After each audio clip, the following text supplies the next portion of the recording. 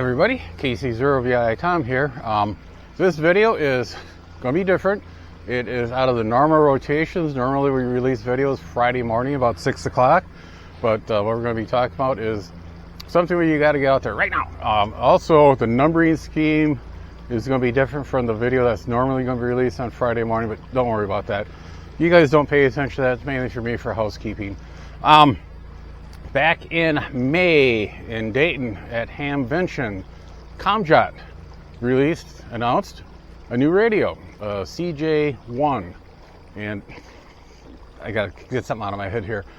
This is a Android-based cell phone along with a VHF and a UHF radio deck.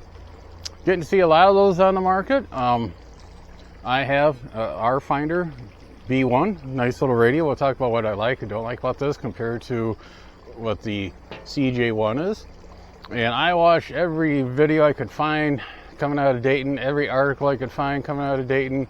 Afterwards, went to ComJot's website, went to Gigaparts and HRO and DX Engineering, see what they had, and realized, okay, if this does 3/4 of what they say it can do, this is gonna be a nice radio.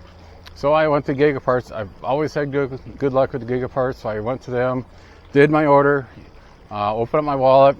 The Moss came out, the Ben Franklin, had to put sunglasses on, but I placed a pre-order for one of these radios. This is my radio. This is not a loaner radio from ComJot or from Gigaparts or anybody else. It was not given to me. I laid down my hard-earned cash for this product. I prefer doing that when I do a review, because before I buy anything, I look through everything fairly close. I mean, I'm shelling out money that I earned, and I want to make sure this is what I want for myself. And when I'm talking about here on the channel, if you are similar to what my thoughts are and what I like and don't like, it'll probably work for you. If there's something that you don't agree with me, it may not work for you, because so just be aware of that. Like I said, when I placed the order, I got an email right away stating that delivery was going to be the first half of June. I thought, oh wow, this is going to be cool.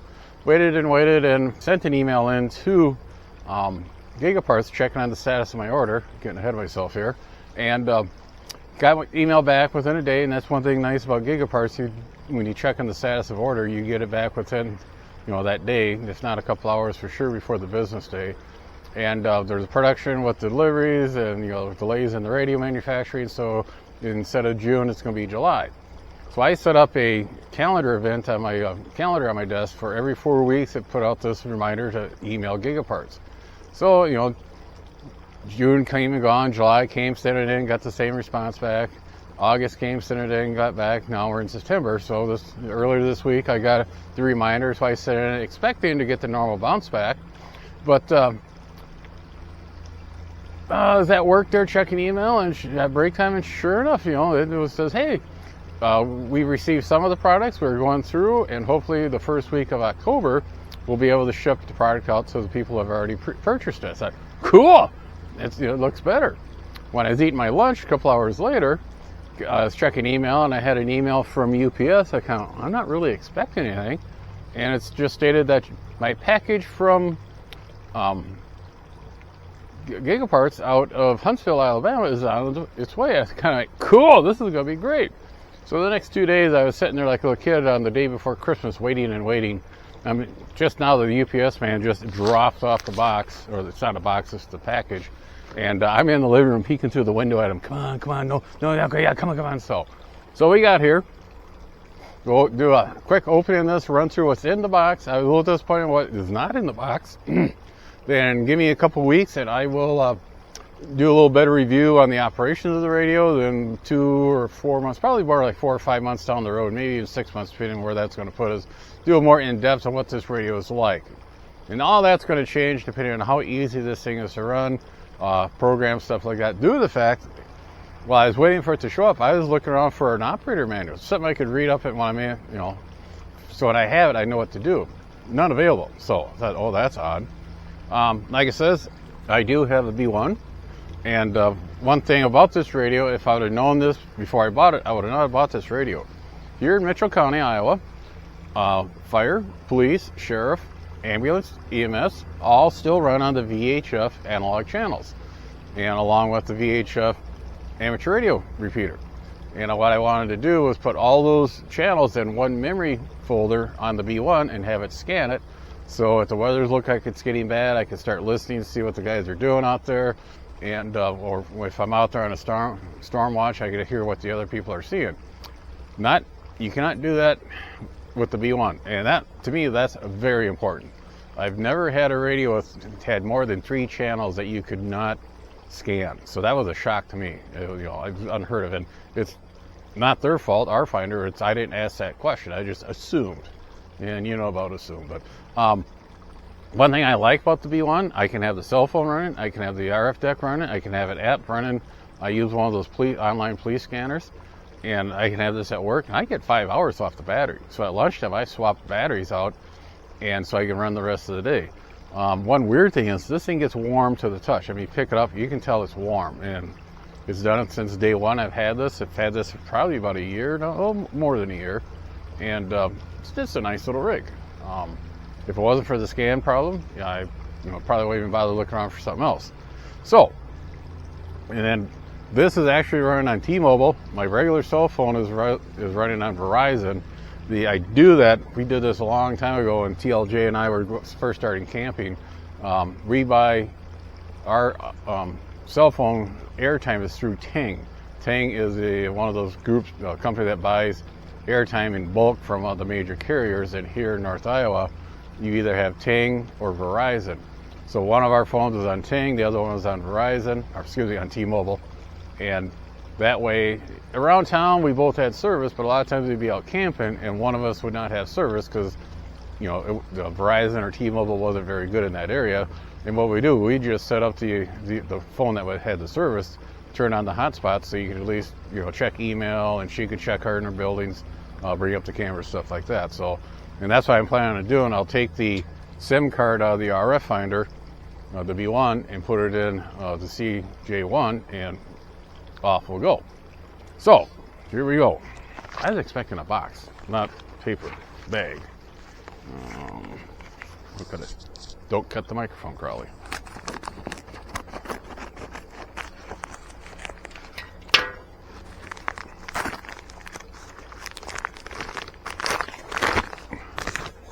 Alabama. So here's the box. Real small box, I'm quite surprised. A little bit of paperwork, just advertisement for other stuff. And let me reset the camera and we'll open her up and see what we all got in here. Okay, here's the box. ComJot CJ-1UV, Android 14, dual band radio, open source. That was a big selling point. They were saying open source, anybody can write packages for this. And kind of hard to do one-handed.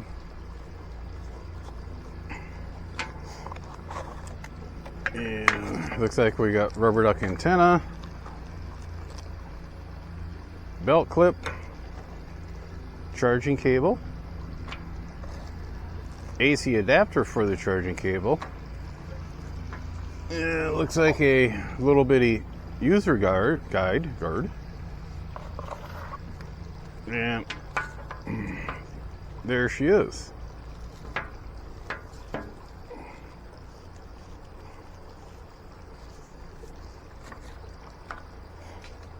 So let me grab stuff so it doesn't fly around out here. We got a little breeze.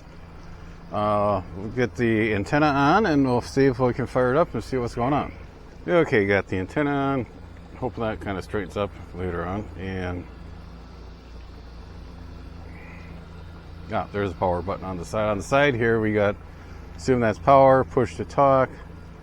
Another button, volume up and down. And I believe down here, those are buttons.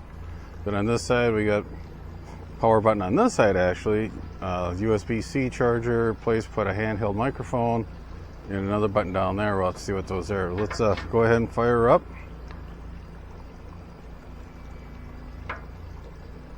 Okay, ComJot, looking good. While this is booting up, grab my cheat sheet. This is a VHF UHF. The VHF side is 136 to 174. The UHF side is 400 to 480. VHF is 5 watts or 1 watt. UHF is 4 watts or 1 watt. It will do wide or narrow band channel spacing, 350,000 channels in memory. And hold on, see if we can get this up a little higher so we get a better shot on the camera. Hi there. English, low battery, of course.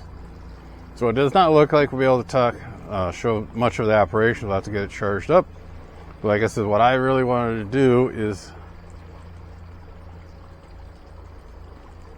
get that turned on, show you guys what's in the box, and let's get the camera spun around. We'll talk more about what's not in the box and some of the more specs. Yeah, I wasn't sure how much battery it would have on it. But again, in the box, radio, battery works together. We had to put the antenna on. The belt clip will put on. Like I said, you did not see a drop-in charger, which I was a little disappointed on that. But again, VHF side, 136 to 174 with 5 watts or 1 watt. UHF was 400 to 480, 4 watts or 1 watt. AES encryption you can have on this. The radio is IP68 certified. Again, it's open source. That means any apps on this can be written by anybody. 350,000 channels, be interesting. Wide or narrow band, so I could set this up to run with the public service, which is on narrow band, and our amateur radio is on wide band. This will use Repeater Book app or our Finder app to select the nearest repeater off from your GPS location to the listing, so you do not have to have a code plug if you do not want to. On the Android side, again, it's Android 14, which was the latest Android. 15 is getting released slowly here. My question is, can this be upgraded to Android 15? This can be set up as a Google Android or a non-Google Android. The big difference in that is if it's a non-Google, you don't have Google Play or the Play Store. There are other stores you can get your apps, but it's going to be up to you to make sure that the Android operating system gets this monthly or whenever the updates come down, and same with any apps you have on it. If it's a Google Android, that's done automatically, so it's just something to think about. Google follows me around enough so they knew everything I'm going to do anyway. The thing I'd like to know is, okay, I bought this thing, why am I still getting ads about this radio? So that's my question. I'm looking at something, then all of a sudden I purchase it, then I still keep getting ads.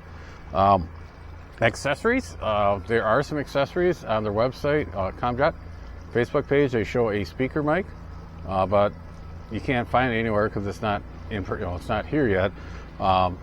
Gigaparts doesn't show any accessories. HRO shows they don't have a picture, it's just a description. A drop-in charger, which I'll probably pick up. Batteries, I'll probably pick up a battery.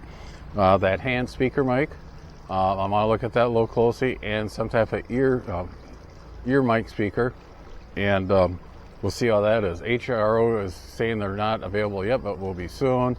On ComJot's Facebook page, they talk about those will be out within a month. So again, this is just slowly getting into production. So it's pretty exciting. What I'll probably end up doing is taking the SIM card and put it in this radio and play around with it this weekend.